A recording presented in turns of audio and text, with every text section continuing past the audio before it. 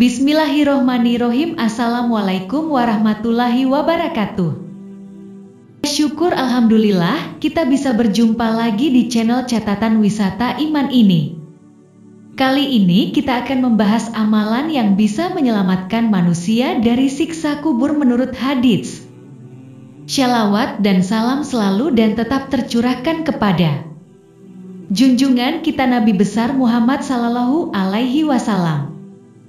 Harapan dan doa saya semoga saudaraku semuanya selalu diberikan kesehatan, dilapangkan rezekinya, diampuni dosa-dosanya, dan dipanjangkan umurnya, amin ya robbal alamin. Sahabat beriman yang dirahmati Allah Subhanahu wa Ta'ala, ketika sudah berada di dalam kubur, tak ada yang dibawa oleh manusia. Harta, benda, bahkan orang yang mereka sayangi di dunia tidak ikut serta. Dalam haditsnya, Rasulullah bersabda, terdapat beberapa amalan yang bisa menghindarkan manusia dari siksa kubur. Amalan apa sajakah itu? Amalan yang bisa menyelamatkan manusia dari siksa kubur. Amal menjadi satu-satunya bekal yang mengiringi jenazah di alam kubur. Hal ini disabdakan oleh Rasulullah Sallallahu Alaihi Wasallam. Artinya, mengiringi mayat ke kuburannya diikuti oleh 3 perkara. Maka pulang kembali 2 perkara dan tetap tinggal bersamanya 1 perkara. Mayat diiringi oleh keluarganya, hartanya, dan amalnya. Maka pulang kembali keluarga dan hartanya dan tetap tinggal amal perbuatannya. Hadis riwayat Bukhari dan Muslim.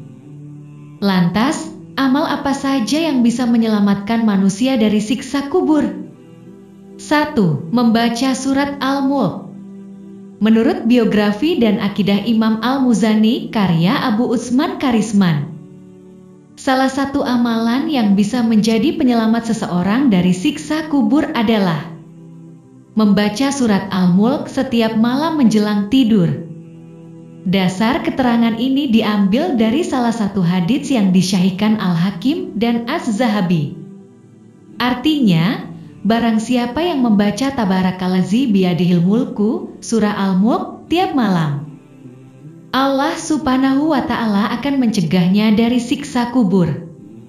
Kami, para sahabat, di masa Rasulullah menamakannya surat Al-Ma'aniyah yang mencegah dari azab kubur. Hadis riwayat An-Nasai. 2. Membaca kalimat la ilaha illallah. Kalimat la ilaha illallah menjadi kalimat pembeda antara umat muslim dan umat lainnya di hari kiamat. Kalimat thayyibah ini berarti tiada Tuhan selain Allah. Dalam hadis yang dimarfukan Ali bin Abi Thalib, orang yang membaca kalimat la ilaha illallah al-malikul hakul mubin sebanyak 100 kali akan diselamatkan dari siksa kubur. Artinya, siapa saja yang membaca kalimat la ilaha illallah al-malikul hakul mubin sebanyak 100 kali setiap harinya, maka pasti aman dari kemiskinan, dari siksa kubur. Terbuka pintu rezeki dan pintu surga baginya. Hadis riwayat Dailami, Khatib, dan Abu Aliyah. Tidak berjuang di jalan Allah. Menukil buku perbuatan tak disengaja membuat dosa yang memberatkan siksa kubur. Perbuatan yang disepelekan namun berakibat dahsyat oleh Indah Permatasari, Stitik PD. Seseorang yang meninggal ketika bertugas jaga sebagai prajurit di jalan Allah akan diselamatkan dari siksa kubur. Fadalah Ibn Ubaid meriwayatkan dari Rasulullah, beliau bersabda, setiap yang gugur akan selesai amalnya, kecuali yang meninggal pada saat bertugas jaga di jalan Allah. Amalnya akan terus tumbuh sampai hari kiamat dan ia akan aman dari fitnah kubur.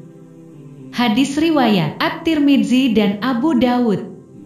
Perkara lainnya yang menyelamatkan seseorang dari siksa kubur. Selain amalan selama di dunia, ada juga perkara-perkara yang menyelamatkan seseorang dari siksa kubur. Hal ini disebutkan dalam hadits Rasulullah. 1. Meninggal dalam keadaan sakit perut. Dalam sebuah hadits disebutkan, orang yang meninggal karena sakit perut akan terhindar dari siksa kubur. Diriwayatkan dari Abdullah bin Yasar, beliau berkata, "Aku duduk bersama Sulaiman bin Syurat dan Khalid bin Urfutah. Mereka menyebutkan ada seseorang yang meninggal karena sakit perut. Keduanya berkeinginan untuk menyaksikan jenazahnya, maka salah satu dari keduanya berkata kepada yang lainnya, 'Bukankah Rasulullah bersabda, siapa saja yang meninggal karena sakit perut, maka dia tidak akan disiksa di dalam kuburnya?' Lalu yang lainnya berkata, 'Betul apa yang kamu ucapkan.'" Diriwayatkan oleh An-Nasai, At-Tirmizi, Ibnu Hibban, dan Ahmad.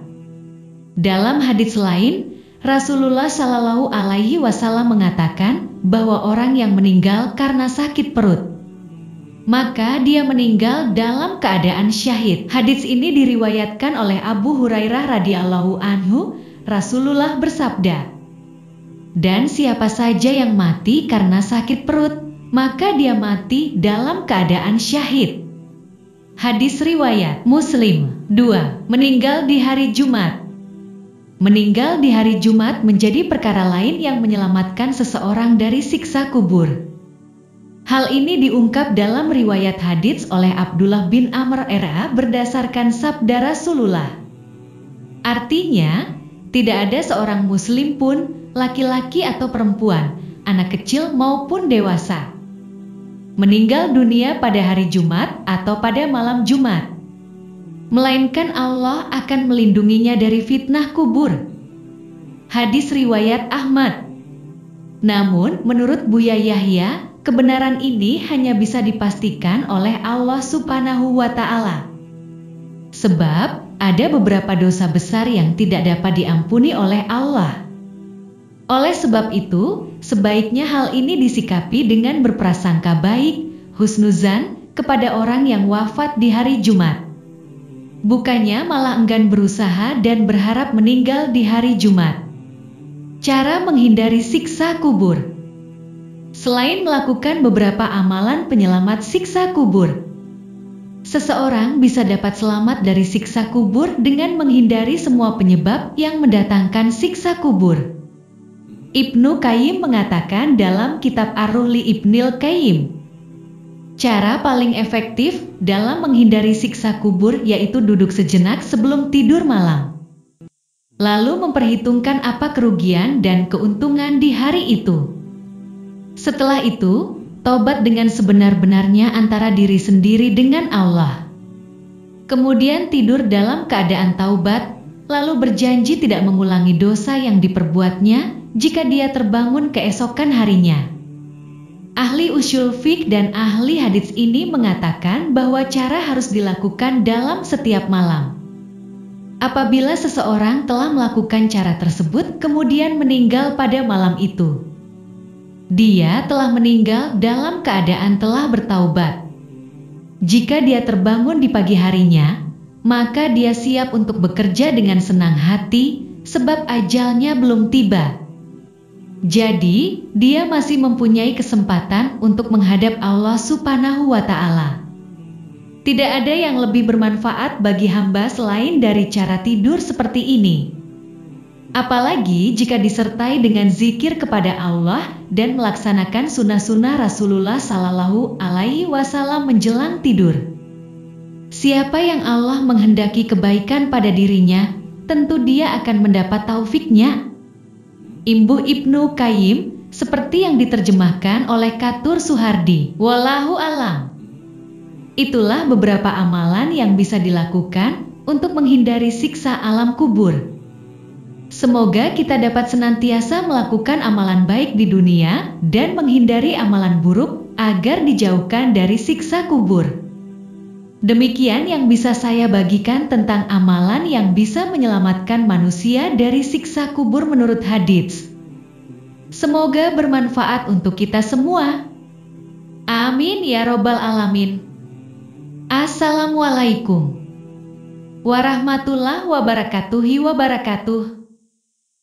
Amin.